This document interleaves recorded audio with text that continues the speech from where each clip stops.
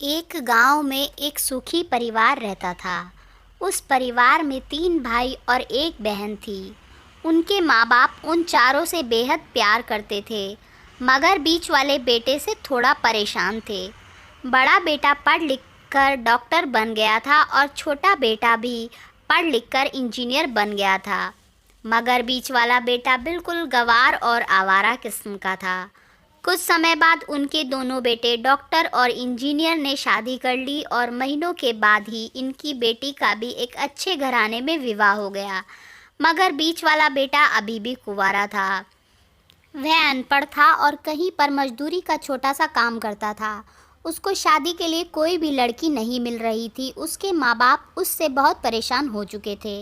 अब जब भी उसकी बहन अपने मायके आती तो वह अपनी डॉक्टर और इंजीनियर दोनों भाइयों से मिलती थी, मगर बीच वाले भाई से बहुत कम मिलती थी, क्योंकि वह उसे ज़्यादा पैसे नहीं दे पाता था। लेकिन फिर भी वह अपनी बहन से बहुत अधिक प्यार करता था। कुछ समय बाद उनके पिताजी की बीच वाले बेटे की बिना शादी किए ही मृत्यु हो गई।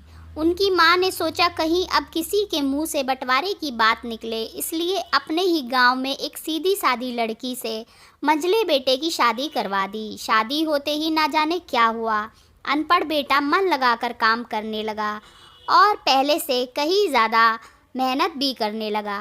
अब कोई भी पुराना दोस्त उसको मटर गश्ती के लिए बुलाने आता तो वह मना कर देता। एक दिन उसके डॉक्टर और इंजीनियर भाई ने सोचा कि यह तो गंवार और अनपढ़ है, हम इससे कहीं ज़्यादा पैसे कमा लेते हैं, इसलिए अब हमें बंटवारा कर लेना चाहिए। माँ के लाख मना करने के बाद भी दोनों बेटों ने बंटवारे की तारीख तय कर दी और उन्होंने अपनी बहन को भी बुला लिया। तभी उनका गंवार भाई कहता है कि तुम लोग बंटवारा कर लो, मुझे जो बचे वो दे देना या ना देना, मैं शाम को आकर अंगूठा लगा दूंगा। तभी उसकी बहन कहती है, अरे बेवकूफ़, तू तो हमेशा बेवकूफ़ ही रहेगा। ज़मीन का हिस्सा तो आमने सामने बैठकर होता है।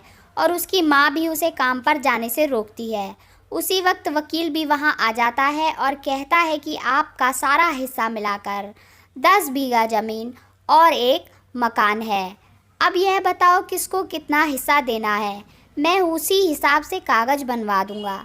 तब गंवार भाई कहता है, वकील साहब 5-5 बीघा ज़मीन हमारे दोनों भाइयों के नाम लिख दो और यह हमारा घर है, मेरी प्यारी बहन के नाम कर दो। तब दोनों भाई पूछते हैं कि तू अपने हिस्से में क्या लेगा। गंवार भाई कहता है कि मेरे हिस्से में मेरी प्यारी माँ है। वह अपनी पत्नी की तरफ मुस्कुराते हुए कहता है, क्यों, क्या मैंने गलत कहा? उस गंवार और अनपढ़ की पत्नी अपनी सास से लिपट कर कहती है, माँ से बड़ी वसीयत क्या होगी मेरे लिए। उसी वक्त उसका गंवार पति भी अपनी माँ से लिपट जाता है। गंवार बेटे और बहू के प्यार ने जमीन जायदाद के बंटवारे को एक सन्नाटे में बदल दिया। तभी बहन अपने गंवार भाई के गले लगकर लिपट कर रोते हुए कहती है कि माफ़ कर दो भैया, मैं आपको सम्मान नहीं दे सकी। तभी उसका भाई कहता है, मेरी प्यारी बहन, इस घर में जितना अधिकार हमारा है उतना ही तुम्हारा भी है। और रही बात बंटवारे की, तो बंटवारा नहीं करने से जीवन ख़त्म तो नहीं हो जाएगा। क्यों करते हैं हम बंटवारा? क्या हम एक साथ मिलकर नहीं रह सकते, जैसे हम बचपन में मिलकर खेलते रहते थे?